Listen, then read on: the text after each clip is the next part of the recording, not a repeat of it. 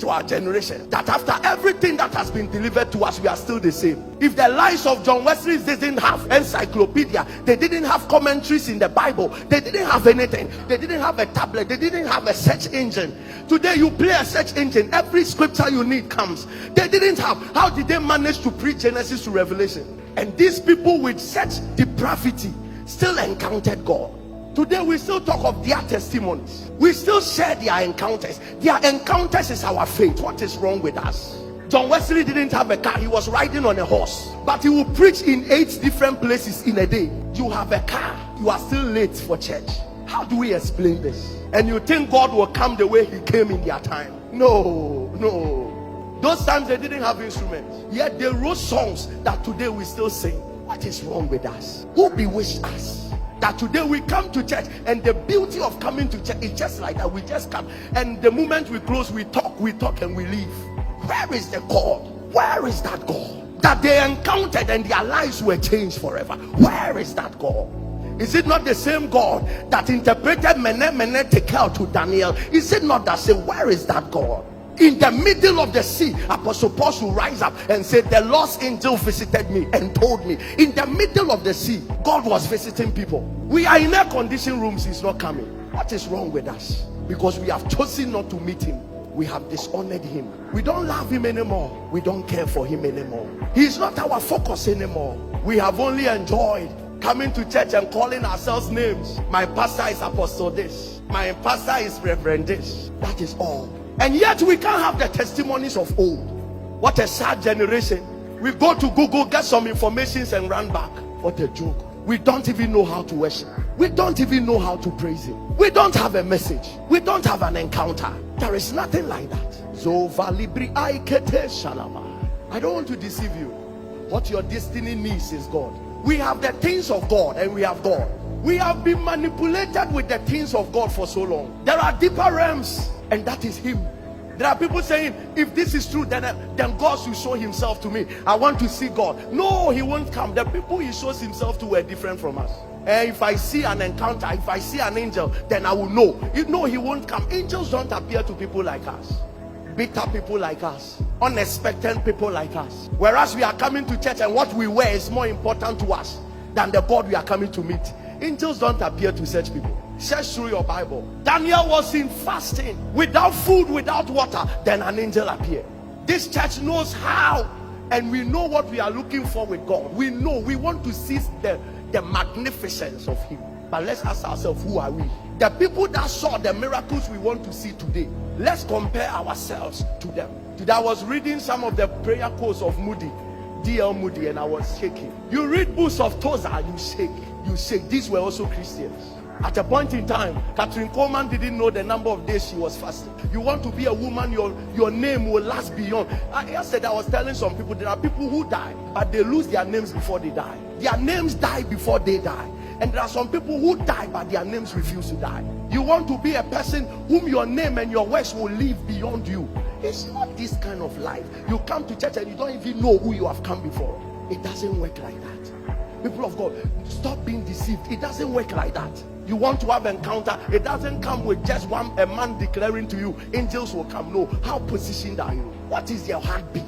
What is your heart calling for? So we lift up worship songs and you don't even know how to worship him, and yet you are expecting him. William Samuel entered Los Angeles, Azusa Street, ordered a prayer, Lord, let there be a revival.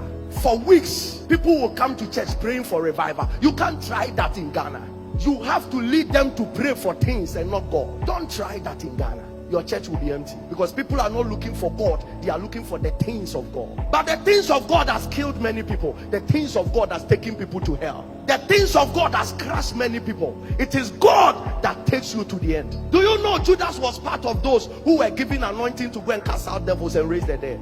He cast out devils and raised the dead, yet ended up committing suicide. The things of God are beautiful. Men will clap for you, but it won't take you far. It is God that takes you far. So sometimes he will try to test our heart with things. He will give us financial breakthroughs, give us peace a little, give us joy a little, to see whether we will run after those things or we will leave those things and come after him. Have you not read that seek ye first the kingdom and his righteousness? Seek God and other things will be added. He's expecting that the first for you to have about him is him, and then other things follow.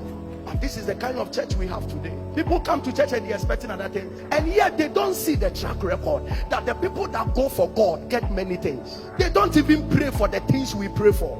How can a man enter a city and all he led the city to do was to pray for a revival? Lord, send a revival. Suddenly fire broke out.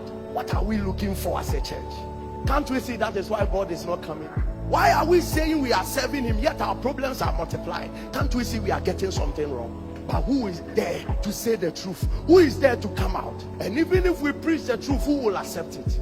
Unto whom is the arm of the Lord revealed? There is something wrong with the Ghanaian church. If we don't come back, and some of you must give the leaders pressure that teach us the way. Enough with this deception, teach us the way. And then the leaders will come back and tell you that the way is Jesus. Prayer meetings are not complete until we call out, God, pour yourself into us. Prayer meeting is not complete. There is a way the presence of God can fall on you. Favors will just come. Every human being that sees you will like you. If you don't have God and you have the things of God, you will suffer. Some of you are weak. We come to church because if we don't come, somebody will call us. That's why we come. But the fire and the zeal to pursue God is not there. There is no revival on the land. Listen, there are many. There are pastors. Let some pastors go for 1 year without anybody sowing a seed to them. They'll put the microphone down. Call a pastor to come and preach and don't give him a honorarium. The next time you call him, he won't come back again. He'll tell you don't respect his oil. So all of us together with yourself, you too, you are in church because you want a miracle. So the pastor is here because of your money. You are also here because of his anointing. That is why we are here. And we have left the God of the church aside. That is why he's not coming. He won't come until you begin to seek him and until I begin to seek him. We will keep entertaining ourselves. We'll be clowns entertaining ourselves till Jesus comes back. Thank God for our instrumentalists. But there are some instrumentalists, if you don't give them money, they don't play.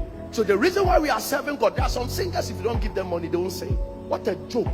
What jokers we find ourselves in church. So if we come for prayer meeting, people of God, put your desire and your prayer request aside. Something is bleeding in the heart of God. God's heart is bleeding. Let's solve it. When we solve it, you realize that your miracle that will not take 24 hours. Let's solve that bleeding in God's heart. Can you imagine that we all run to Friday service and our desire is that today we are praying for a revival at Asamankese? Let there be a revival, and that is why we are coming and we gather praying that God send the fire. How can we move the hand of God? I am a person who is real. If things are not well, I see things are not well. Let's mention it. It's not well. There are many people who are on the pulpit preaching today saying they are doing the work of God. It's the motivation the church is giving them. If not, they won't do it. And if your worship leader is motivated by money, and your instrumentalists are motivated by money, and the backers are motivated by money, do you think the worship going on, it will attract God? It's a joke. If that pastor is motivated by money, and you yourself, you are motivated by a miracle, do you think that service, it will show up? The way we pray. John Wesley didn't pray like that. No, Billy Graham didn't pray like that. That our prayer, kaya, paya, they didn't pray like that. Yet God came. They saw him. They had an encounter with him. Have you not read the account of Paul? The Bible says that when he went to Asia and was departed, the Bible said, and he went aside and knelt down and prayed. Gentle. But yet, that prayer was so loud in the spirit. But we prayed the loudest in the physical. But our voice is muted in the spirit. We don't even know what you are looking for again. You want to break out of addiction? God is the only solution. You want poverty destroyed? God is the only solution. You want to break the yoke of disappointment? The reason why human beings sees you and pass is because there is nothing about God reflecting. Can somebody see God and pass? It doesn't work. Oh, I will sing of the mercies of the Lord. I keep asking myself, so can there be another Rehoboam king? Can there be? Maybe there can be noisemakers.